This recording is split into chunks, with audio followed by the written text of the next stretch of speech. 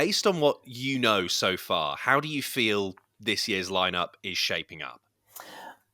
Well, I would say that it's a rather interesting lineup. A couple of weeks ago, I was worried that it would only be returning acts because it's always a little bit boring when it's just returning acts. But I love it that we have Måns Zelmerlöw in the competition again, according to rumors, and also. As far as we've understood it, the song is written together with another former Melfest entrant, Ola Svensson, who competed twice. He was also a contender in the Swedish Idol the same year as Måns Zelmerlöw was in Swedish Idol back in 2005. So I'm super excited about that. I was going to ask you about Måns specifically because I think that's what everyone is talking about, is what will happen with Måns coming back if he does. Do you think that Måns can do what Loreen did 2 years ago, have that level of impact where he goes and wins again, or is this more of a nostalgia trip? I'm not sure. We must remember that Loreen had an even bigger impact with Euphoria that became a world hit. Måns Zelmerlöw, he had a hit in Europe, or a Eurovision hit in Europe, and he became a Eurovision staple after his victory, hosting the competition and also returning as interval acts and doing bits and bobs more or less every year since then. I'm also a little bit surprised that he is actually returning to Melfest already.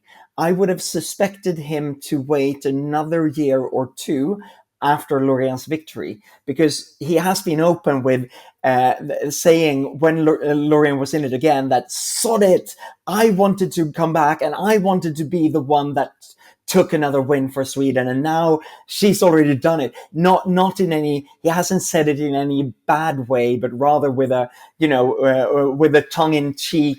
Yeah, that could have been me. Yes, exactly. Yes, he loves competing, and he is, he's got that winning instinct. So he's not in it just for fun. He is in it because he wants to win again. Absolutely. Definitely.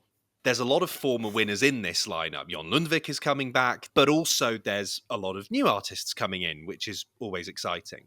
How do you think SVT has been balancing the desire to have these big names in the lineup that you know are going to be competitive, while also giving chances to fresh Swedish talent? And do you think they're getting that right? When it comes to Melfest, it's not just giving the opportunity to fresh new Swedish talent, but also bringing in artists who are established in Sweden but haven't competed before, like Maja Ivarsson, for instance.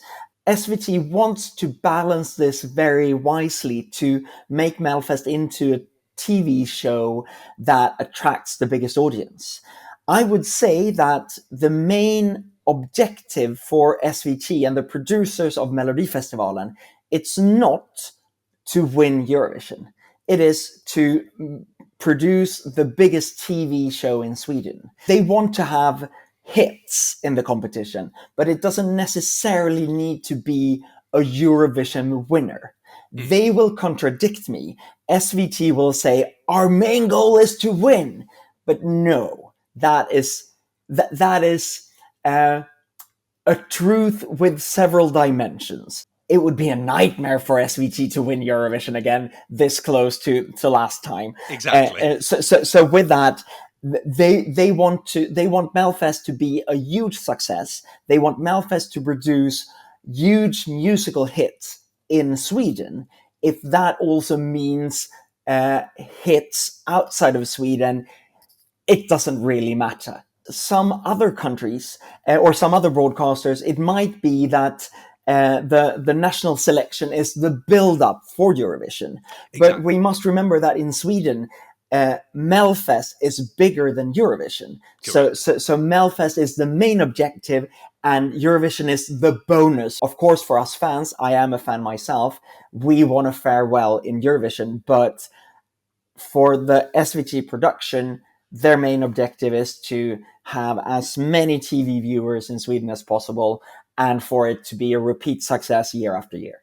Exactly. It's the biggest entertainment brand in the country. It is an institution, and SVT's goal is almost to protect that institution. It's Oh, such a money maker for them. very, very much protection, and we see that in how they try to tweak the format every year. But my opinion is that they are tweaking instead of fixing something that should be fixed, because it is getting the rules are getting a little bit weirder every year, instead of deciding that, oh, let's scrap the second chance run segment, or let's I'm not really, I don't really know where I'm going here, but yes, protection of it, because Melfest is 6 weeks of complete success, where Melfest dominates the both the musical charts, but also the TV charts in Sweden. And that is the main objective for SVT, to protect that. I think in the past couple of years, there has been a growing feeling around Eurovision that maybe the Melodifestivalen formula, while it's very successful, is it becoming stale, perhaps?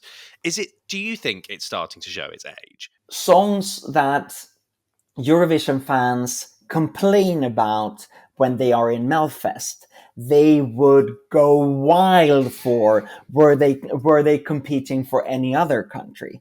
So it's of course also this sentiment within the Eurovision community that, oh God, not Sweden again, and they always do the same thing. And we must remember that this is because of Sweden's success the last decade. It's a Sweden fatigue within the community that doesn't always compare with how the majority of the TV audience actually perceive it. As a fan, when you see songs like The Code winning in Malmö this year, when you see songs like Cha Cha Cha coming really close to winning, obviously you're very happy it didn't quite win.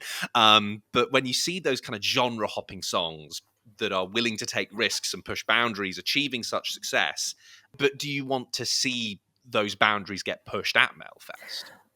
Well, one thing specifically that I would want to see is Swedish language music, that we have so much in Sweden, but I would like to see the type of songs that becomes major hits in Sweden to enter the competition. But Swedes don't seem to vote for that in Eurovision. We want to be represented by an English language song, so for it to be able to become an international hit. I would love for something more experimental to be in the competition.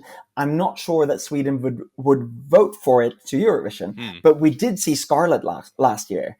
Yes. And I think that it shows that there is at least some type of willingness for Sweden or for SVT and the record labels to look for that type of more stand-outish song. If you look at the semifinals in Sweden, we do vote for a little bit more quirkiness, but then when it comes to the final, there's a little bit of a switch, voting for something that we feel will represent us.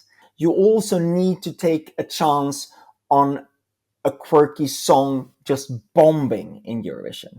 Anna Bergendahl, the only time when we didn't make it through from the semi, exactly, and that wasn't a quirky song, but for Anna, it was such a public shame, even though it was the Swedish audience that voted her there.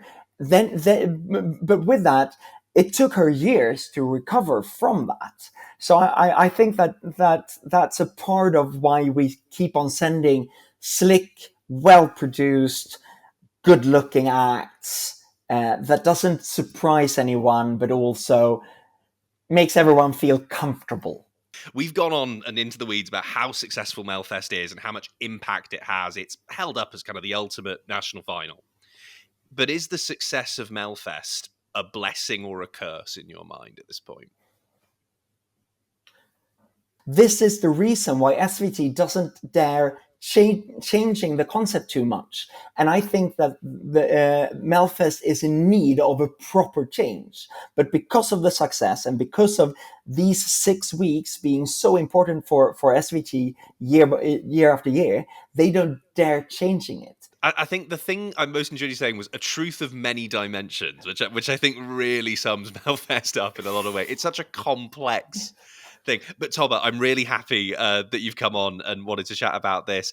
Obviously, we'll get the lineup for Melfest towards the end of this year, and then it all kicks off in February, and all roads lead to the Strawberry Arena in March. Jesus Christ! Yeah, we've been able to publish 18 names that we are sure of will compete. So 12 acts remaining still.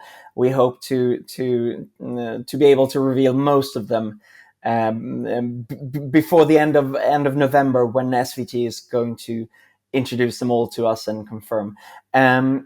Very much looking forward to seeing the full lineup, because I still see that there are some holes in this lineup that need to be filled out. Then there are surprises to come. Tobbe, thank you so much for coming on. Really appreciate it. Thank you for having me.